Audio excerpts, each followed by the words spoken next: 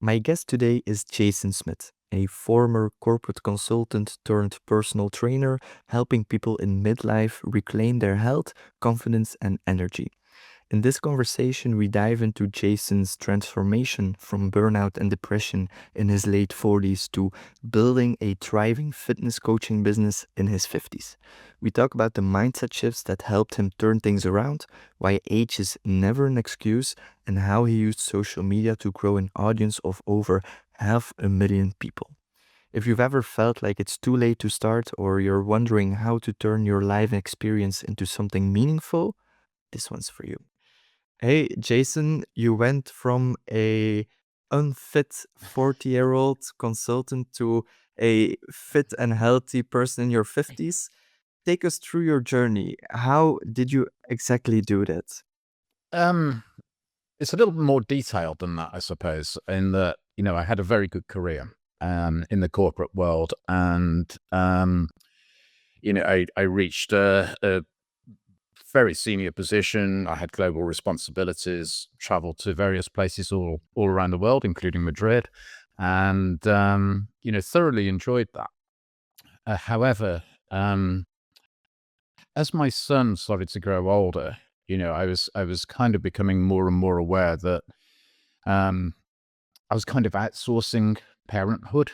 And in the corporate world, I was working 12 hours a day if I was in Britain, and traveling a lot outside of that, typically, for at least a week every month. And I was just thinking, I need to change this. So I decided to come out of the corporate world and managed to negotiate a good exit with the company I work for. And I set myself up as an independent consultant. Now, during all of that period, my focus was pretty much all on my career. It was all about getting up to that next level in the company that I work for, and as a consultant, an independent consultant. Building a good client base that would keep me busy. Um, but again, I just kind of felt a bit disenchanted, and so in the end, I just kind of decided to give all of that up and focus entirely on spending time with my son. And I did that at the start of summer. We had a great summer together. But when he went back to school, I ended up being really lost. I'd lost my sense of identity because my identity was so wrapped up in what I did as a job. I ended up depressed. I wasn't in the healthiest state anyway during my corporate and consulting days, and that deteriorated even further. And for a good couple of years, it was it was gradual. So it wasn't kind of all of a sudden, oh my God, what's happened? It was I didn't even notice it, and I was probably in a lot of denial as well. And it got to the stage where I kind of hit rock bottom, and I thought, I've got to do something about this. And I didn't. For a good 8 or 9 months, I kept saying that to myself, and I didn't do anything about it. And then one Monday morning, I was sitting having a cup of coffee in my kitchen and flicking through Instagram, and this post popped up, and it just stopped me in my tracks. And it touched something within me that really resonated, and it made me want to change my life there and then. And I did, and I knew that mentally and emotionally that change had happened. I just felt completely different from that moment on. It's so hard to explain. You can only get it if you feel it. I think you had to be there type of thing. Um, and I decided there and then that I was going to start with my health and fitness, because I thought if I sort that out, at the time I had high cholesterol, I had fatty liver, I had high blood pressure, I was on antidepressants, and I thought if I sort my health and fitness out, all the rest will follow, and it did. So I'm also a believer that the sign of a decision is taking action. So I finished my coffee, I put my running shoes on, and I thought, right, I'm going to go for a run. That run ended up being more of a walk because I wasn't in any kind of physical state to actually run like I would have liked. But the fact that I'd gone out and done something and it made me feel really good just gave me that impetus to keep on going. And so that happened just as I was approaching my 50th birthday. And I suppose on top of everything that I've just described, I also had this kind of growing sense of mortality. 50 is a milestone year. And, I'm kind of thinking, well, A, how many years have I got left? If I carry on living like this, then probably not as many as I would like. And B, how do I want those years to be? Do I want them to be as the last couple of years have been? And the answer was no. And so, that on top of, this um this Instagram post, which just, it's a stupid post, but it just really resonated with me. And it just kicked me into action. And I started off just by going out and running. And then, over the course of the next weeks and months, I built on that. I started doing other things. I started doing weight training. I joined the local gym. I took swimming lessons. I even took tennis lessons to have, a social environment for some exercise. And it just went from there. And what was really weird was that almost instantly I could feel the difference, gradually. But that the momentum of that difference just kept on growing. And this all happened in the January of 2019. And in the May of 2019, during the half-term school holidays, we went away to Crete. And I was a completely different person, physically, emotionally, spiritually, mentally, in every single way. I'd lost, 20, 22 kilos. My body fat had been, had reduced from about 28% to, at that point, about 12, 14%.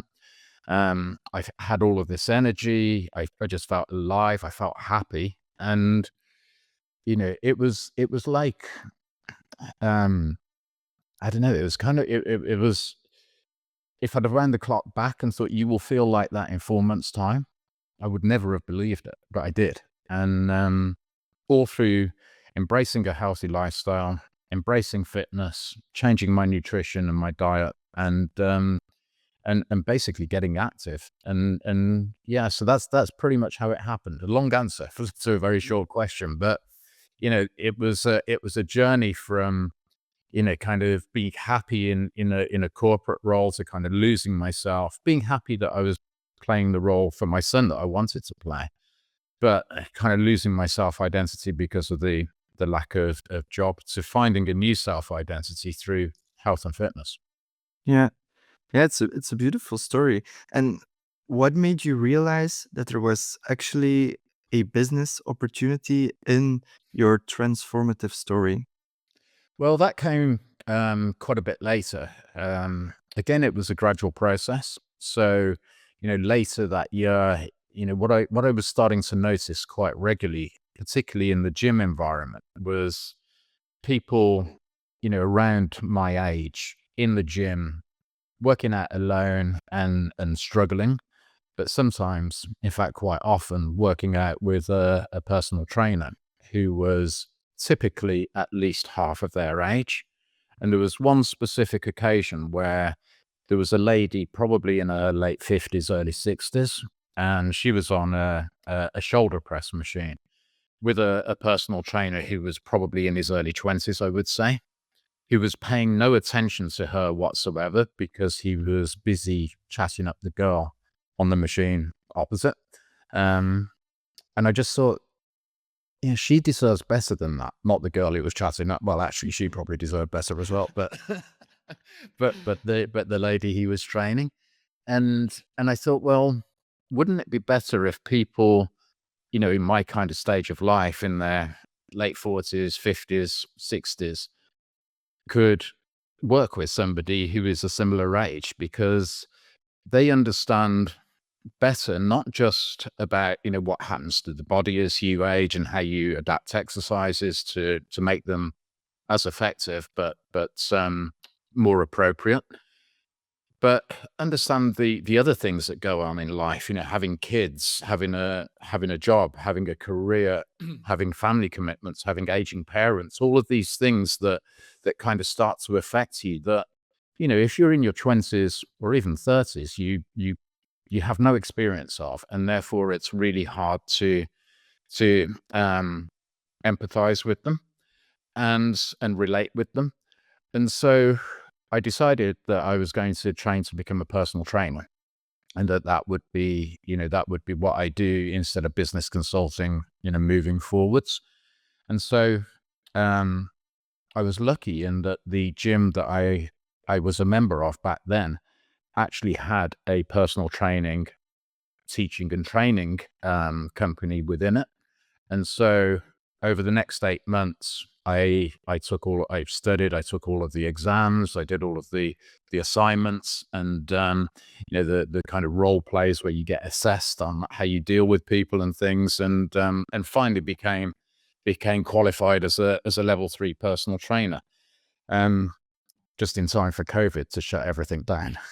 And so so that kind of delayed the business opportunity. But my initial thought was nothing more than, I just want to help people. And if I'm going to help people, firstly, I need to have done what they want to achieve. So I'm not a fitness person that you see on Instagram who has been training all of their lives. I did nothing at all until my very late 40s. Um, and that's probably true of a lot of people in their 50s, or maybe a little bit later. You kind of have this thought that, oh, I'm getting older now. Maybe I should do something to strengthen my muscles, which you should. Maybe I should do something to lose some weight and reduce any risk of things like diabetes and the like, heart disease too. And so I was in that position myself, so I can relate to all of those people, and I can talk about, well, what I did to go from being, overweight to the point of obesity, um, a high level of fats, fatty liver, high cholesterol, etc., to being, where I am now, which is, very, very different, and thankfully much healthier.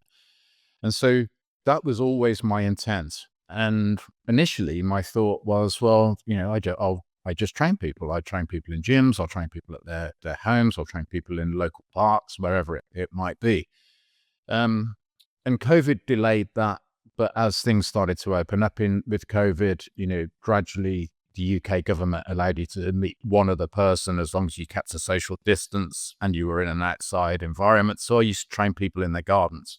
The gyms were still closed. Then public parks were still off limits, and I started to build up a client base. As gyms reopened, I found a gym that I was able to work from, and that really accelerated.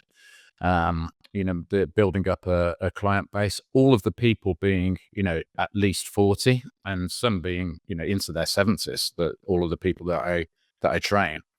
Um, and then I started to think, well, maybe I'll post some stuff on social media.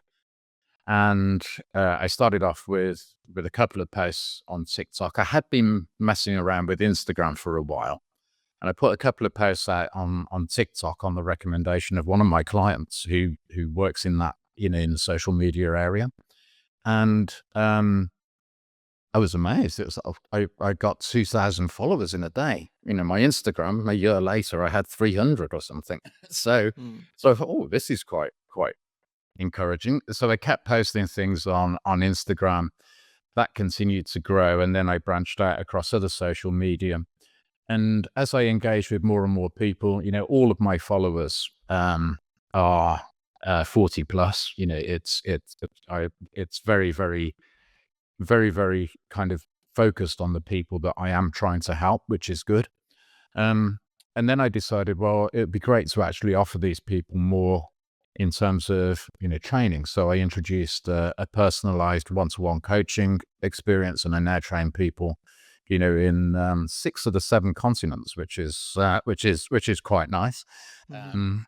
So and I am about to launch an app which isn't personal training, but it is a personalized coaching stroke training program, which includes your nutrition and your your workouts and a lot of other things as well to help people get to where they want to be. But my intent has always been to um, help people who are in this kind of age group get to wherever they want to be, whatever that means to them. And typically it's to lose some weight, it's to gain a bit of muscle. And I can help people do that and have helped people do that, lots of people. So Mhm. it's, in terms of my personal fulfillment out of what I do, it's a really great place to be. Yeah, I can imagine. That's But amazing. to directly address the term business opportunity, I've never really thought of it as a business opportunity. Perhaps I should, particularly given my corporate background. But I've always thought of it as an opportunity to help more people. That's the drive always with what I do. Mhm. That's beautiful. And what, because I'm still a young dude, what is like the biggest difference between somebody of 50 years old who's trying to get in shape with regards to me? Because I it's hard for me to understand how more difficult it is, in what ways, and how do you help them specifically with that? Yeah. So there are two distinct areas to that. One is kind of life life constraints. So that is, the commitments that you have to your family, to your job. And by family, I don't just mean, husband, wife, kids, your parents, brothers, sisters, etc., etc. Um, and the job can be quite demanding as well, particularly as you age and you typically will be, taking on more responsibility. So that's one big thing which has a major constraint on your ability to train because you know you haven't got the time, you feel tired because you've had a long and tough day at work. Um, and so taking all of that into account and addressing things so that people can still do something to make themselves, um, to improve their health and fitness. But more importantly, even if it's a short 15-20 minute kind of blast of a workout, um, keeping the habit going, because it's when you don't do something that you break the habit. If you do something, but, not perhaps as full on or for as long as you would ordinarily and you would like, then you're going to keep the habit going. You don't fall out of the process. So that is a key area for me, and I can help people in lots of ways of how to do that. But the second area is how to exercise, and this is more typical of men than women, I would say. I train roughly, the clients that I have are roughly half and half, Mhm. but more typical of men where you have that kind of ego. And if you hand somebody a couple of 5 kilogram dumbbells, they kind of think, give me those 20s or whatever. But it's like, no. So what we're going to do is really focus on training you on how to perform the exercise safely, effectively, and in a way that's going to give you the biggest benefit. So that's what I really focus on. And as you age, you can't get away with things that you could when you were younger because the body isn't as flexible and adaptable. And so getting the technique absolutely right, firstly from a safety perspective, because nothing, kind of upsets a training program more than having to take 2 or 3 weeks off because you're injured, but also in terms of the effectiveness of the exercise. And because when you're younger, there's a term called progressive overload, which is absolutely right and true. And what it means is that as the body adapts and strengthens, you have to keep challenging it for it to continue to adapt and strengthen. But I think it's the word overload which causes this. People typically will do that simply by just going, right, I'm going to increase the weight. I'm going to increase the weight. I'm going to do an extra 5 kilos, an extra 10 kilos, et cetera, every week or so. And, when you're younger, if you're in your 20s or 30s, you can do that. I would argue that irrespective of your age, it's not the most effective way of training. The most effective way of training is to keep challenging yourself in different ways. It's not just about increasing the weight, it's about slowing the tempo right down. It's introducing things like isometric holds, pauses during reps where you really stretch the muscles out um, after the stretch motion. Um, it's things like increasing the reps as well. So increasing reps rather than weight. And those are the kind of things that I will focus on with my clients, whether they be online, and I talk about it on social media as well, whether they be online or the people that I meet in person. It's getting that technique absolutely right, because when you then move up to a higher weight, which you will do, you've got your technique so in place that you're not going to be risking anything. You're going to be feeling comfortable. You're going to be feeling comfortable, confident, and you're going to be able to do a really effective set of repetitions. With that increased weight. So a lot of it is about leaving the ego out of the door, and then focusing more on getting the technique absolutely right. I guess the other part is that depending on the person, as a lot of the people that I train have some form of complication. Maybe they have a knee injury, maybe they have a shoulder injury, tennis elbow is another reasonably common one. So you have to adapt things so that they can train effectively without compromising that constraint even further.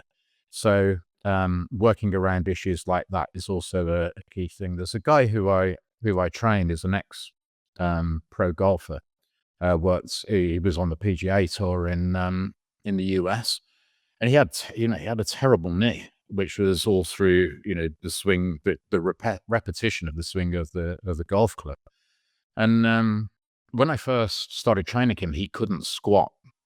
But I was able to take him through a process um, to strengthen that knee over time.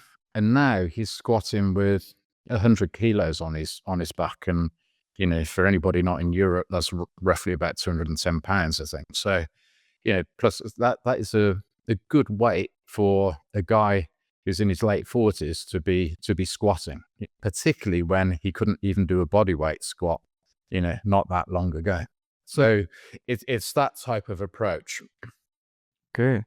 Yeah, I've never thought about it that way. If I think about progressive overload, it's just adding an extra plate on the bar.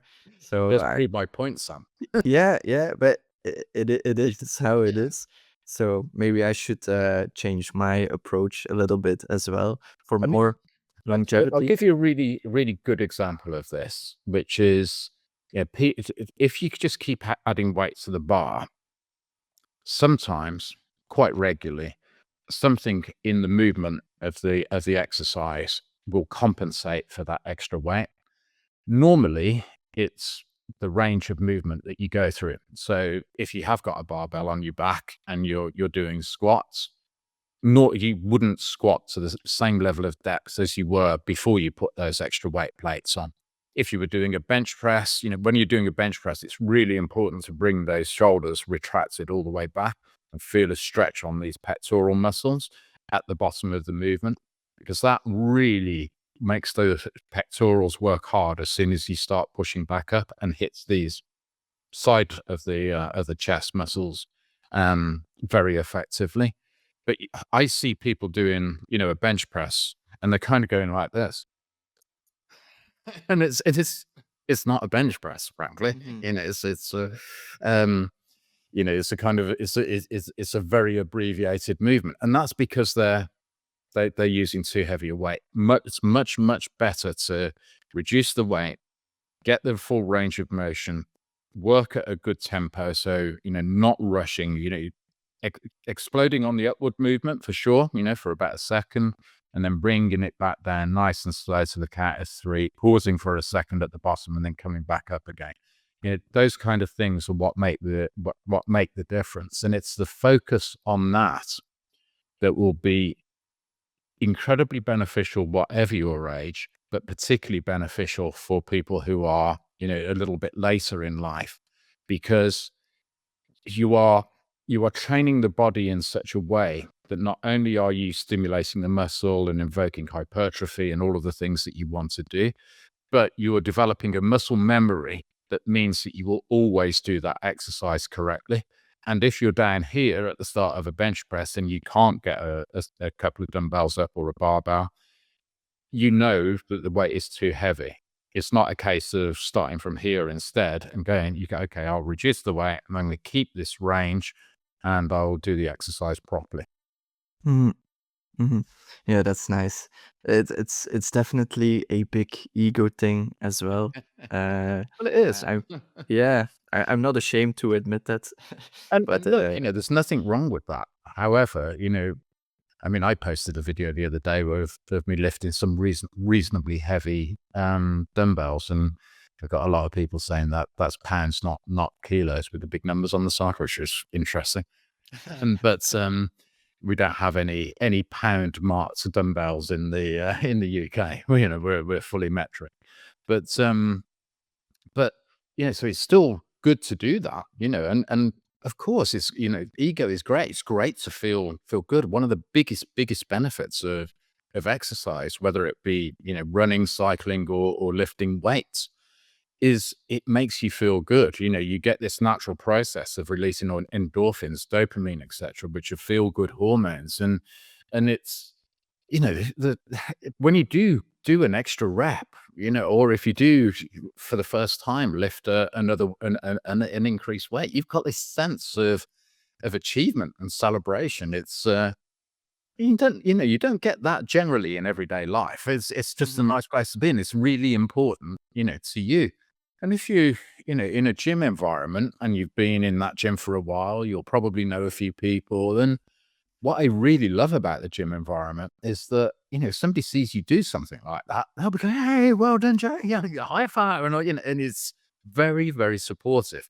And, that again is a great place to be. And that in itself, getting congratulated by other people, again, mhm. gives you a feel good buzz. So, and everybody can experience that. Yeah, for sure, for sure. Um, let's go back a little bit. So Hmm. you started right before COVID, if I heard correctly, So right at the that was start. when I qualified. So, Ah, okay. my actual fitness regime started in the January of 2019.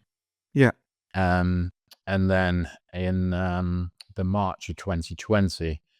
So the order and the sequence was, I started getting fit myself. By May, June time, I decided I wanted to become a personal trainer. I signed up with the company that was based in the gym that I used. And I did that because I wanted a classroom environment. I didn't want an online kind of environment, which was very beneficial. And that all carried through right through until the end of March, which is when the UK went into lockdown in Mhm, 2020. And that was the day before I we went into lockdown. Very luckily for me, that was the day I had my final assessment, where you've got 3 people watching you train people in the gym and to check that you're doing everything right, etc., etc. And so I completed it then. The certification, etc., came through, about 6 or 7 weeks after that. But by that point, the country and most of the world was mhm. kind of locked away in lockdown. Yeah. And then, that was pretty much, around about September, 2020.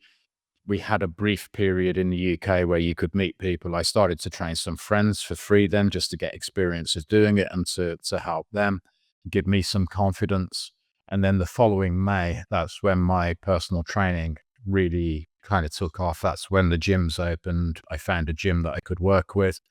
And I started taking on clients in that gym environment. Yeah.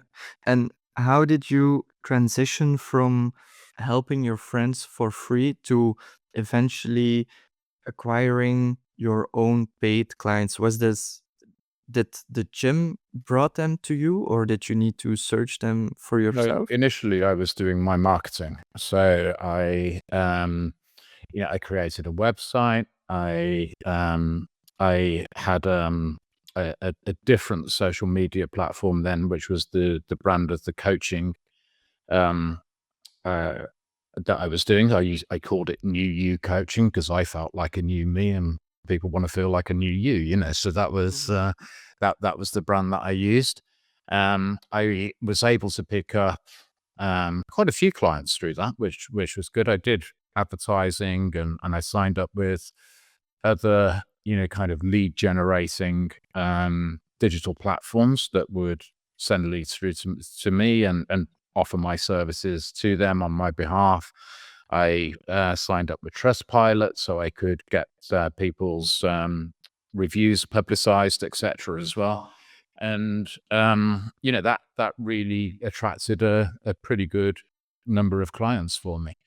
When I then moved to the gym environment, people would see me training other people in the gym, and they say, "Hey, can you, would you be able to train me?" Et cetera, et cetera. And so that's where it really kind of took a step up. So, Mhm. and as that happened, I kind of, um, particularly in terms of the paid for marketing I was doing, I stepped back a little bit in terms of lead generation, et cetera, for my coaching business. So, it's because it was word of mouth and witnessing me doing what I do that was the biggest demand generator for me. So, and still is today. So Mhm. that was how I approached it. Okay, nice. And so you started with purely one-on-one coaching. Mm. Now you have one-on-one coaching as well, but also online Yes. coaching. Yes. How did you start that up, and did you get clients the same way um, as you've done for the one-on-ones, or how did No, that work? that was very different because what happened between those two is that my TikTok um fit in midlife continued to grow. I was getting up to 40, then 50, then 60,000 followers. Um, and um, I remember I decided to have some time on my own. So I went up to Snowdonian National Park, where Mount Snowdon is in Britain, our highest peak, and just me and my dogs. And it was a lovely kind of retreat in many respects. Beautiful weather. I took my dogs right up to the very top of Mount Snowdon, but it was also a time to think, reflect, plan, and all of those kind of things. And I thought it's about, there's an opportunity here, Jason. If you really kind of just focus on the process of keep posting on Instagram, it'll probably happen. And so I did, and I decided that I was going to do one story each morning, one post each afternoon, and one reel every evening. And I would just tick that off every day. Right, I've done my story, I've done my post, I've done my reel. Obviously, trying to make those as engaging and as attractive as possible. And my Instagram really took off. I went from around about 500 or 600 followers to about 60,000 within 2 months. And then it went out to 100,000, then it was 150, then it was 200. And as that happened, I thought, well, it would be great to offer people a service where I can coach them personally. And personally is important from two perspectives. One is their perspective, i.e., they are they need to, a coach needs to take into account their personal situation. And as I said earlier, that can be kind of, life constraints, or it can be, physical constraints or opportunities based on their condition. Um, so and also personal, as in this isn't, some kind of um, off the shelf workout plan. I am designing a specific workout and nutrition plan and kind of broader plan as to what to do when, specifically for you, Sam. It takes into account everything around your job. It takes into account any travel that you do. It takes into account that injury that you got in your neck. It takes into account, that you really don't like lunges. It takes into account that you got a fish allergy. It takes into account all of these things that are completely specific for you. And so I was able to find a software company that could enable that would enable me to deliver that. So we spent um, around 3 or 4 months kind of developing the capabilities, etc. And we actually launched that in November of 2023. So that's been going now for about coming up to 18 months, I guess. Okay. The way that is marketed is entirely through my social media. So, people will see me doing an exercise. They will see me talking about fitness and the importance of fitness in as you age, etc. They tap on the link, they fill out the forms, etc. And then, we normally will have a conversation and to make sure that they're right for the program and the program is right for them and I'm right for them. And then if those boxes are all ticked, then we start the coaching journey. Mhm. And so what's really nice with all of that is that with the clients that I train um, in person and with the clients more latterly that I train with my coaching, the the most of the clients I've been training for years, and I with the online coaching because it is personal and there are only so many hours in the day, I limit the amount of people that I work with because I want each individual to get the proper service, the proper attention that they need in order to make the kind of changes that they want to make. So that's it's really nice that the vast majority of the people that I'm working with in those two situations are people that you could almost consider friends now because the relationship has grown as the days, weeks, months, and years have passed by. Mhm.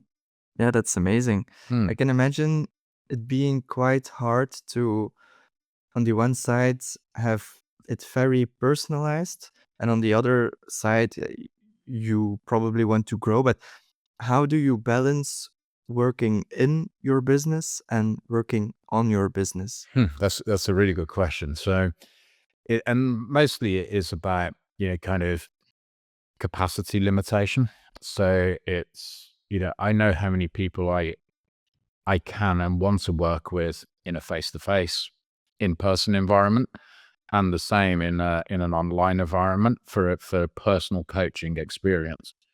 And um, that capacity takes into account what I do for each of those individual clients, but also what I need to do to continue building my social media presence, to do other things that are going to, attract people to my brand or increase the visibility of my brand. Things like with the press and other opportunities. Even kind of talking to yourself today is a good example of that. Um, and actually that we had to reschedule because I had to reschedule some clients because it's school holidays here at the Mhm. moment, and some mums and dads were having to juggle things around a little bit. So, but that's how I try and do it. It's a kind of compartmentalization. So it's right. I'm going to spend this amount of time doing this. I'm going to spend this amount of time doing that. And very importantly for me, I'm going to spend this amount of time working on myself personally, but also, spending with time with my son and my family. Mhm. Mhm. You were talking of launching a new app. Yes. Is this as well with a limitation, or is this with the purpose to really be broad and No, available to everyone? no, that's exactly the objective of this. So it's kind of a personal service um has to has to be of high value, because it's a personalized service to that particular individual. It swaps and changes. You're talking a lot. You're engaging a lot, and it's time consuming, which makes it from the client perspective. You know, it's a higher priced. service. And rightly so, because you're getting the highest value from, from me or any other coach that you might be working with, I guess, that does a similar approach. Um, but what I want to do is not constrain the opportunity for people to work with me and for me to help them through the amount of hours that I've got in a day. I want to open that opportunity up to more people. So my new app will do that. And it's the kind of it's not personalized coaching, as in, we're checking in regularly, we're chatting daily, which is quite the norm for me. Um, this is more a program that is designed for people that can be a little more kind of, self-managing, I suppose, and will provide them with, again, specific and tailored workouts and nutrition, taking into account, any constraints, injuries, nutritional preferences or restrictions that they may have, but without that kind of, well, or with much less of that constant communication with myself. So I will still be communicating with people, but in a different way, and that makes it a lot more affordable, which in itself, it opens up the opportunity as well. So, it's going to be a fraction of the price of what, either personal in-person coaching or personal online coaching is. And therefore, more people should have the opportunity to ultimately do what I want them to do, which is to improve their lives the way I did, because, it really is a priceless feeling. Mm-hmm. Mm-hmm. Yeah, I can imagine. And how does the process look of coming up with the idea of I'm going to start a new app? Do you contact a development team, or do you search for an existing software and private label it, or how do you go about that? Um, so the first part is to see what other people are doing, because, I'm relatively new to this, and to see what other coaches do with, to make their services available. And that gives you kind of an idea of what the landscape looks like. And then for, for me, at least, it's about, well, what is it that I want to be able to offer my clients, and who are the clients I want to be able to offer it to. So then you start looking at software providers that can help you do that. And where I actually ended up was a little bit of a halfway house of what you just described. So it's not a kind of custom built platform that's that I've designed. This is a this is a platform that exists, but it's not just a case of putting my brand logo and face onto it. We have spent 6-7 months, really going through the process of getting the app that I want to deliver. So it's I suppose it's a customized version um, of an off the shelf product. Mhm. A little bit more so than when you buy a car and you tick boxes for your optional extras. There are things that are specifically requested that are being specifically built and added into it. So that makes it a a more affordable investment from my perspective. B, the people that I'm working with are more bought in because they've made an investment, and two, to make the kind of changes that I've just described. So we're working in a kind of win-win type of partnership now. Um, But most importantly, I get what I want, which is to give the clients what I think they need in order to have a great experience at a good price, and therefore, you know, make a change to their lives. So that's the absolute key for me. And in going through the process, I looked at three, four different suppliers. Um, and kind of wasn't quite a kind of tender or anything like that. But I did go through a pretty rigorous deliberation as to who it was I was going to work with. Mm, yeah, I can imagine it being very important. You want to start with the right partner, otherwise Yes. you're gonna be fucked in a few months if Well, it's not what you've hoped for. Absolutely. And, I'm sure, either as customers or as suppliers to people, we've had those kind of experiences where you just, oh God, why did I why did I go with them, etc. But and it is really important to do the due diligence and make sure that you're working with the right people. And I guess, we were talking earlier, and I said, I said I don't really see it as a business. I see it as a way of helping people. But my background does help, clearly. My when I'm going through a process like that, whether it be negotiation, whether it be designing things, going through a process of selection, like with an app supplier. Um, my previous experience does really really help. Mhm. However, it's maybe I should just say, right, this is a business. I'm going to be, I don't know, I'm going to be the I can't think of of a great example, but I'm going to be the Joe Wider of of the 21st century. Yeah. Yeah. I think your strongest suit, especially with a big creator brand, is just to stay true to yourself. And with you, that's the fact that you truly want to help people. So I don't think thinking about it of like a business opportunity in your case will make a big difference in the eventual outcome, if that makes sense. Yeah, well, I hope you're right, son. Yeah.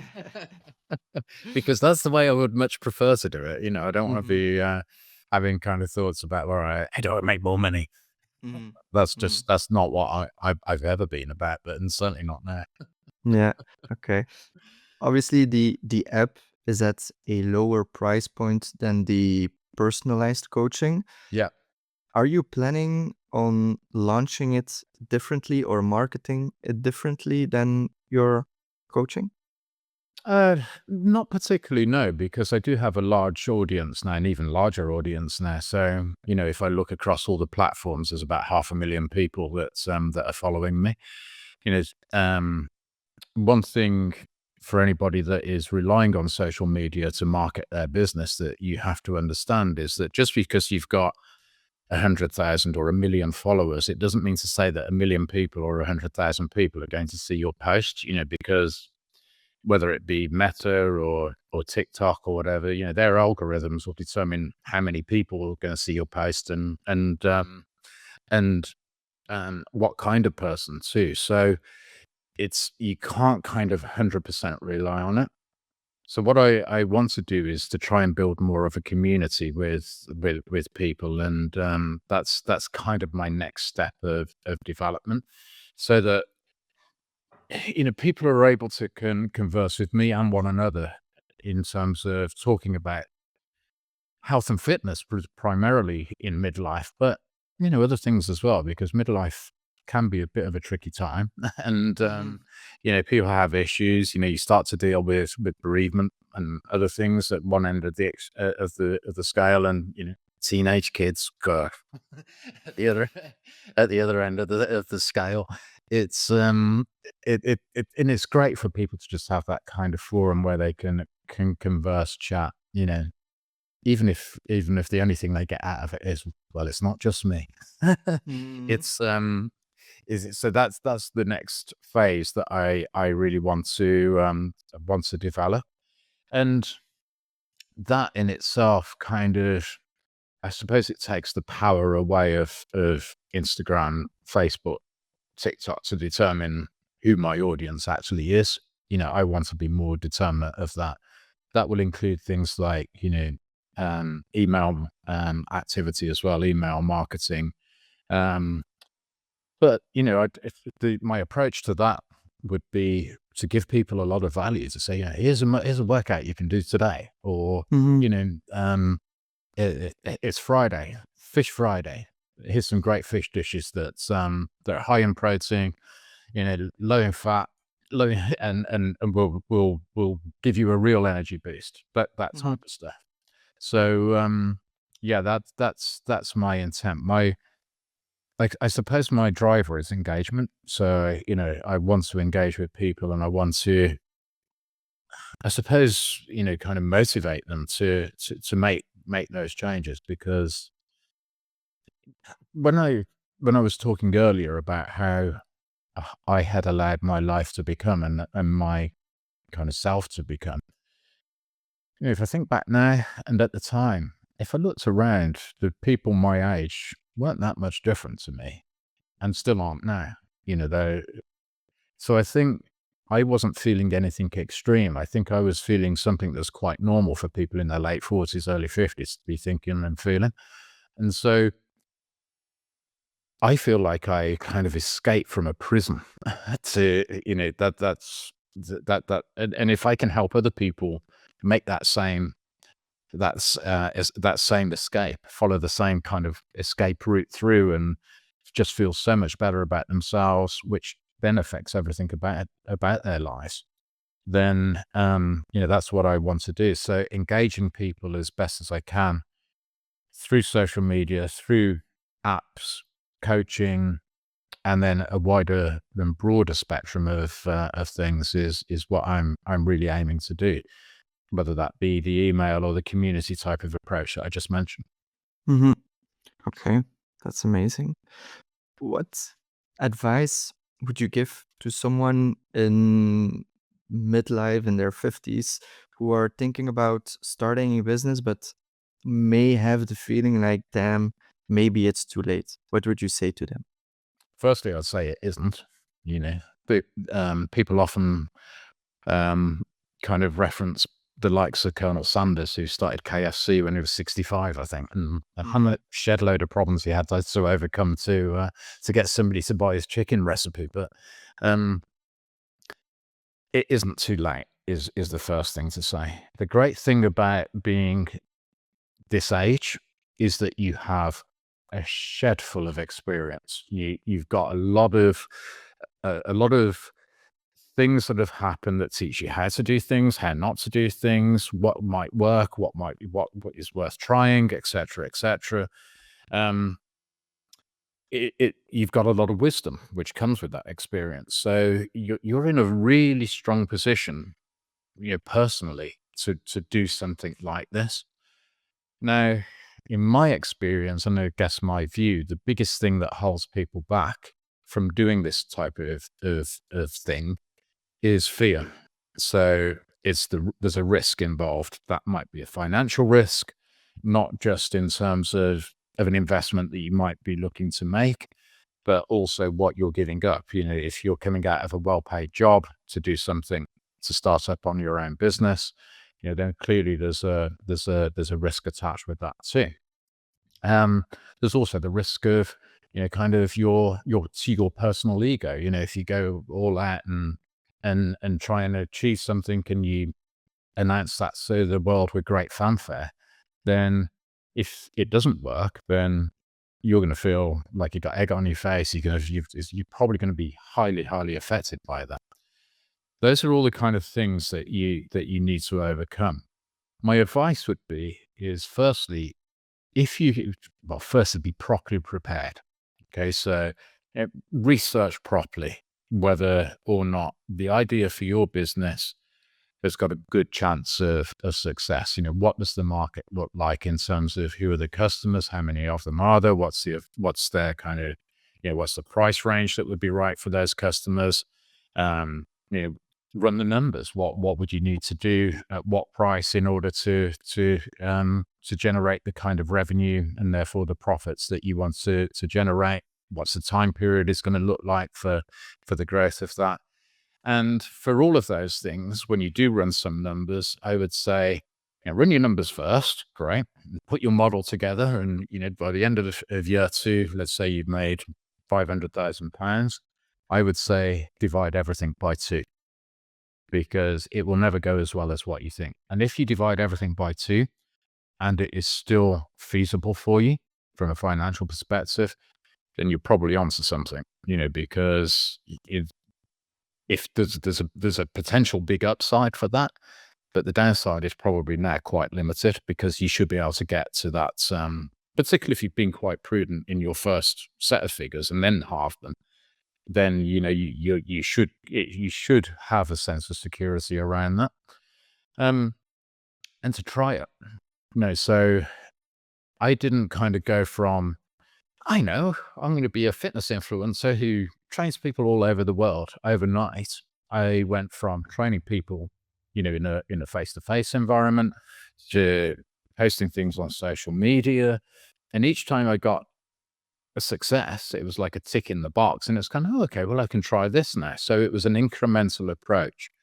And if you can do that, if you have the time to do that, or if you can do that whilst you are still doing whatever it is you do now that brings in the money for you, so that you can at least start that journey without taking the risk of giving up the job and the salary, then do that, because that you will get a lot of insight from that. And it will help you not only kind of verify whether your business idea is going to work or not, and the amounts of opportunity that may exist for it.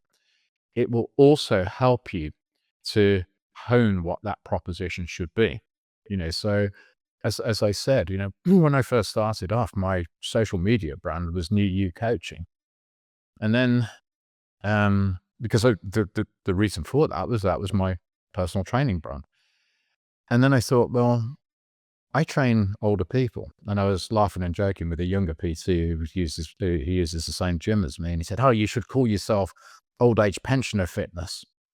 And I thought, I know that you're taking the piss, but actually, maybe you've got something here. And I wanted to be called Midlife Fitness, but but everything had already gone with that. So Fit in Midlife became the next best alternative for me.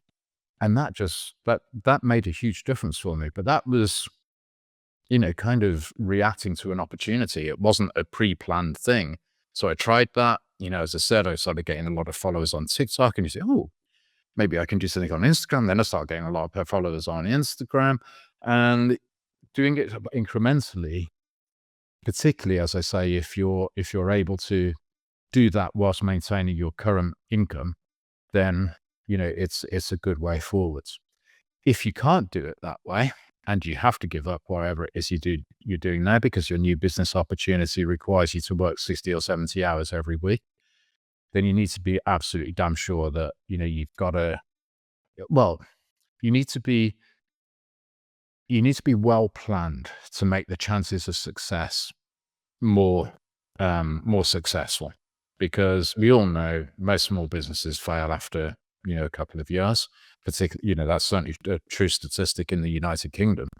Um, you don't want to be one of those. You want to be one of the ones that is successful. And the better prepared you are, the more adaptable you can be, the more resourceful you can be. So, I don't employ anybody, but I have people help me. I have people build my apps. I have people doing other things for me, doing some of the marketing for me, etc. But nobody's employed. I negotiate some kind of services from people to enable me to do all of those things, which has a completely different legal and financial commitment.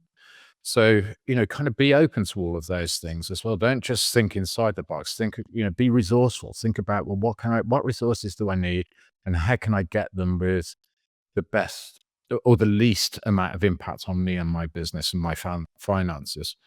Um, but I guess the last thing that I would say is go for it, because as long as you've ticked all of those boxes and you have got something that you are really confident is going to be successful.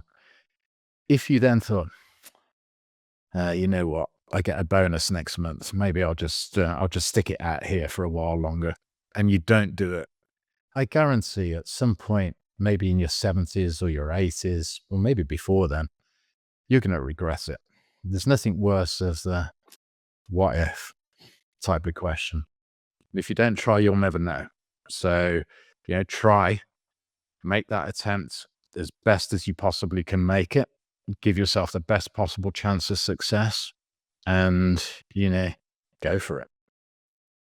That's very valuable advice, especially the part where you mentioned to halve your numbers, because from my own experience, I know at the start you're full of courage, your beliefs are very high, your hope is up, which may not always be the best leader. So I'll definitely remember that as well. Finally, where can people connect with you and learn more about your work? Well, the best place is any of the social media platforms. So, again, another thing which took time to achieve, I now have Fit in Midlife, all one word, as my name across all of those social media networks. So it's now finally consistent. Um, so yeah, if you go on Instagram or Facebook and just type in the search bar fit in midlife, then you will find me, and from there you can find the other things that I currently offer. And moving forward, you'll find the things that I'm about to offer. All right.